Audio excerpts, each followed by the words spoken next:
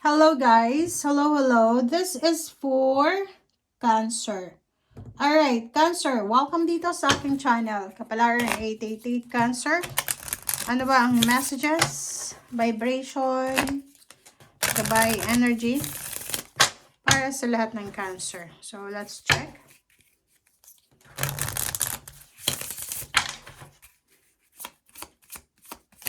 Okay, Cancer. Okay, first card natin, Cancer, is the Harvest Moon, rest after labor. Bago ka bang panganak? Or buntis ka ba? Kasi parang literal siya na sa linggong ito ay magpapahinga ka after mong magtrabaho. So, pwedeng isa kang OFW, seaman, or yung trabaho mo is masyadong nakakapagod. So, this week ay posibleng magpapahinga ka, magbabakasyon ka. Please comment down below. This is for Cancer. Honoring the past, relax energy. Doon. So, etong dalawang barahang to, similar lang sila. Iisa lang yung energy na to. Sinasabi ng baraha sa'yo na isang task or isang trabaho, or isang obligasyon ang posibleng tapos na pwedeng yung iba, finish contract, end of contract. Pwedeng wala ka ng trabaho, so take your time. Gamitin mo yung oras na to, ang linggong ito para sa pagpapahinga. You need to relax. You need to take care of yourself. Parang ganun. So, and the Blue Moon 31 for honoring the past. Yun. Doon sa mga Cancer na siguro maraming mga nangyaring maganda sa past mo na kailangan mong i-recognize, kailangan mong maging grateful and thankful. So, parang etong message na to, hindi ito para sa lahat. Sa iba to, sa mga ilan-ilan to na Cancer na medyo nakakalimot na kayo doon sa mga taong nakatulong sa inyo sa nakaraan. Kasi may mga tao, okay, may mga tao na gusto nila updated yung tulong, everyday yung tulong. So, magpapasalamat lang sila sa tulong na natanggap ngayon, hindi na doon sa mga past. So, dito sa'yo, you need to honor the past. Kailangan mong, kumbaga, i-remember yung mga taong nakatulong sa'yo sa nakaraan, hindi lang yung mga taong tumutulong sa'yo sa kasalukuyan.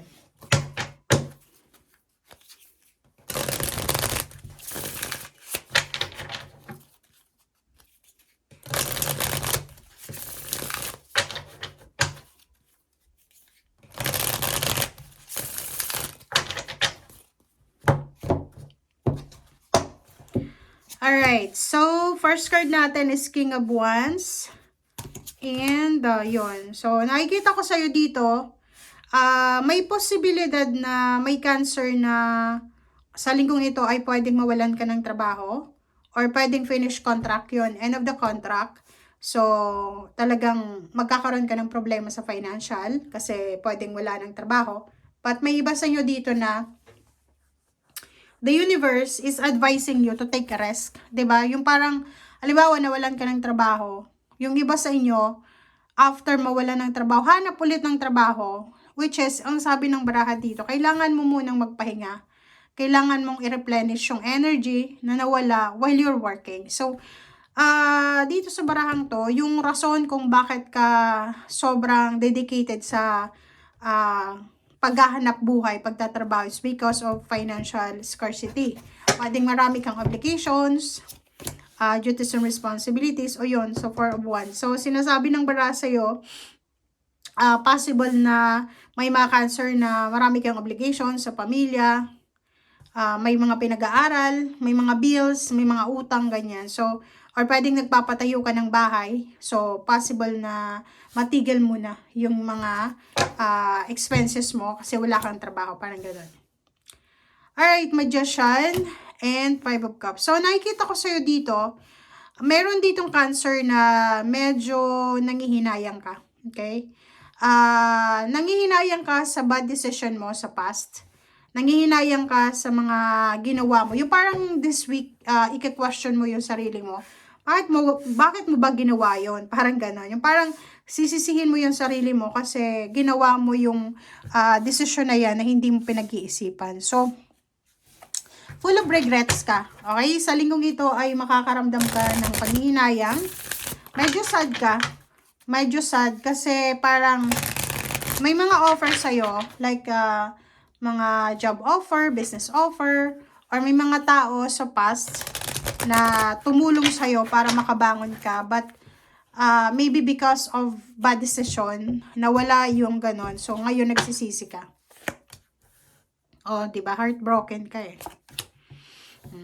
So, nakikita natin dito na yun, parang medyo namumroblema ka. It's either you cannot sleep, hindi ka makatulog, hindi makakain, or yung iba nawawala ng focus, ng interest, nawawalan kayo ng excitement. Diba? So, sabi ng bara sa'yo dito, Cancer, na as a Cancer, Queen of Cups, kalmahin mo daw yung sarili mo. Okay? Maybe yung problems mo is all about love life. Maybe about money, or about family, about obligations, duties, and responsibilities. But yun na nga sinasabi ng bara sa'yo dito, Cancer, na you need to be patient. Control your emotion. Control yourself. And yung 6 of Pentacles nandito, ang focus mo, ay yung linggo, especially, di ba, normal yan, lalo na kung walang pera yung tao. Pag walang pera yung tao, sobra-sobra yung motivation ng iba niyan na kumita ng malaki, ang daming pangarap. Pero once na kumikita na sila, parang bigla na lang silang naglaylo na tinamad, pinabayaan yung trabaho, parang ganon. So, maybe that's your case now na nung nawalan ka ng trabaho, nawalan ka ng income, parang marirealize mo na nung time na may trabaho ka, hindi mo masyadong na-appreciate kung ano yung meron ka. Parang ganon yung energy mo. Okay, Page of Swords, Queen of Swords, Four of Pentacles, King of Swords. So, sinasabi ng bara sa'yo dito na Cancer, mayroong merong direksyon na tinuturo sa'yo ang universe na pwedeng makatulong sa'yo. This is your direction. Makatulong sa'yo para makapag-ipon ng pera or para like for example, etong minsan pag walang pera yung tao, marami tayong natututunan sa buhay, natututunan nating magtipid, and yun, nagkakaroon tayo ng motivation. But yung iba, may mga financial problems na nagiging mas sad pa sila. So, hindi na nakakabangon. So, nasaan ka man na sitwasyon ngayon, if you are heartbroken because of financial problems, because of na-layoff ka, na-terminate ka, sinasabi ng bara sa'yo dito na huwag kang manghinayang. Okay, feel your emotion. Feel yung yung sadness na yan, okay, ramdamin mo siya. Pero, magpahinga ka, after mong makapagpahinga, just be positive. And yun, pasukin mo yung lahat ng klase ng trabaho as long as na legal siya. Okay? And kalmahin mo yung sarili mo. Nakikita ko sa'yo dito, masyado kang nakafocus sa love life kaysa sa finances. So, baguhin mo yung strategy mo. Mas mag-focus ka sa finances mo kaysa sa love life. Okay? Thank you guys. Bye!